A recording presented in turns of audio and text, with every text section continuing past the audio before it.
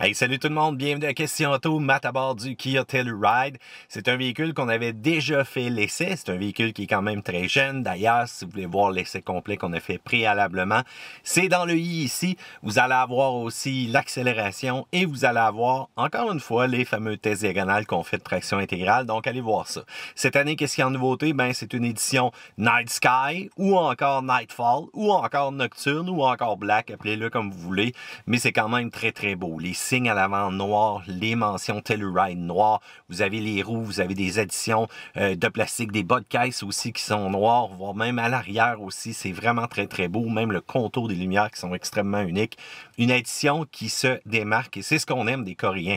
Motorisation V6, transmission automatique, traction intégrale, différents types de modes de terrain, une capacité de 5000 livres de remorquage, tout ça dans un véhicule 3 rangées qui est capable d'amener votre famille n'importe où. Les trucs cool à l'intérieur, cependant, ben, dès que les enfants dorment, si jamais vous ne voulez pas nécessairement les déranger, vous appuyez sur un bouton et qu'est-ce qu'on va faire? On va rediriger tout le système multimédia, voire même le son. On va couper les haut-parleurs en arrière, donc peu importe qu'est-ce qui joue, ça va être pour les occupants en avant et on fera vraiment pas de bruit, donc pas de crise, pas de problème. Parle-moi de ça.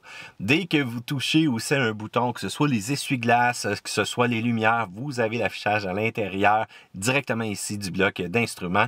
Et c'est encore une fois très très cool pour voir qu'est-ce qu'on sélectionne, voire même la rapidité des essuie-glaces est indiquée.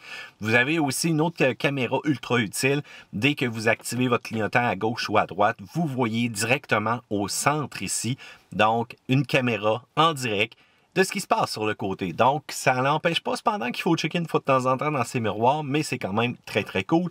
Et vous avez les ports USB qui sont directement sur le côté des bancs ici pour les passagers à l'arrière.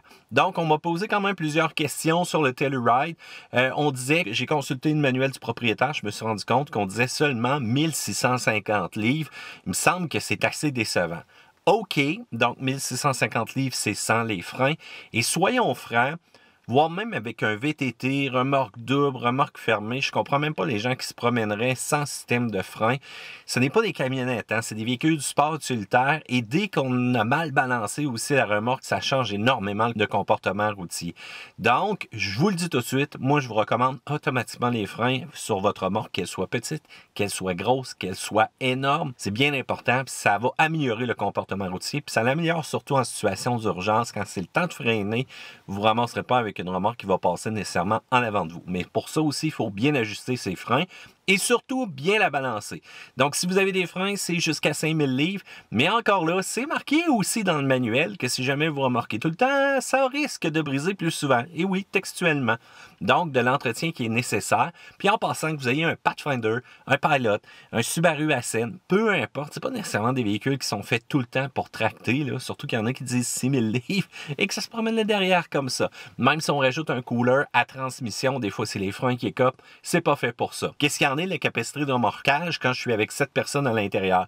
C'est pas nécessairement qu'il y a de problématique, mais il faut pas oublier de compter les passagers, voire même le cargo qu'on a à l'intérieur, dans l'équation complète du remorquage total. Donc parfois on l'oublie quand même assez souvent, puis de toute façon, je vous le dis tout de suite, c'est pas fait pour tirer un bateau de 10 000 livres. Charles, on me mentionnait la qualité de la peinture. Il semblerait que dans le temps, ben, la qualité de la peinture est ordinaire, c'était prôné à rouiller. Je dois dire que le Telluride est extrêmement jeune. Il va falloir lui donner quand même son bout de chemin, voir l'historique après quelques années, qu'est-ce que ça va naître du côté fiabilité. Mais pour l'instant, la peinture semble d'extrêmement bonne qualité. Mais vous le savez, les climats au Québec, ici, ben, on parle souvent d'anti-rouille, hein, je pense pas qu'on va s'en échapper. Est-ce que ça vaut la peine versus le Sorento? Le Sorento va rester beaucoup plus abordable. Vous allez avoir quand même une possibilité de 3 rangées, mais la dernière, je vous le dis tout de suite, ça va être serré. C'est vraiment un dépannage pour enfants seulement. Alors qu'ici, certains adultes pourraient trouver ça correct. Mais on s'entend, les grands gaillards comme moi, c'est shotgun sur les sièges avant.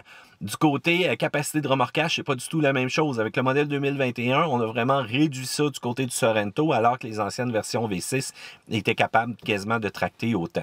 C'est un choix logique pour la famille qui est volumineuse et qui a besoin de volume intérieur. dans ce cas-là, ça vaut beaucoup plus la peine d'y aller avec le Telluride que d'y aller plutôt avec un Sorento, surtout pleinement équipé, qui, à un moment donné, vient rejoindre presque le prix du Telluride.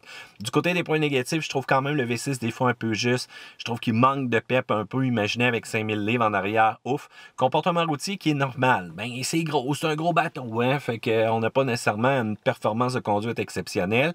Surtout que les modes, bon, on en a plusieurs. Mais des fois, je trouve qu'en sport puis en éco, ça change pas grand-chose, surtout au niveau des virages. Ça fait juste donner l'impression de... Il manque de petits rangements ici et là, mais c'est pas parce que la console est pas belle à l'intérieur. L'économie d'essence qui est quand même un peu ordinaire, mais c'est quand même volumineux. Du côté des plus, la cabine est vraiment soignée, les matériaux sont beaux, très bon confort, c'est volumineux en cargo, c'est extrêmement bien équipé de base, c'est ce qu'on aime. C'est un bargain pour le prix et c'est parfait pour la petite famille dans la vie de tous les jours et qui veut remorquer une fois de temps en temps pour aller au chalet ou encore tout simplement les skis, le Pataclan. Et vous le savez comment que c'est la vie active aujourd'hui d'aventure. Donc, somme toute, qu'est-ce que vous pensez du Telluride? L'aimez-vous aussi avec sa version black comme ça? Moi, je l'aime bien. Je trouve que c'est un véhicule qui se différencie. On en a beaucoup pour l'argent qu'on va dépenser. Donc, section commentaires ci-dessous, pouce en l'air, abonnez-vous à Question Auto. À plus.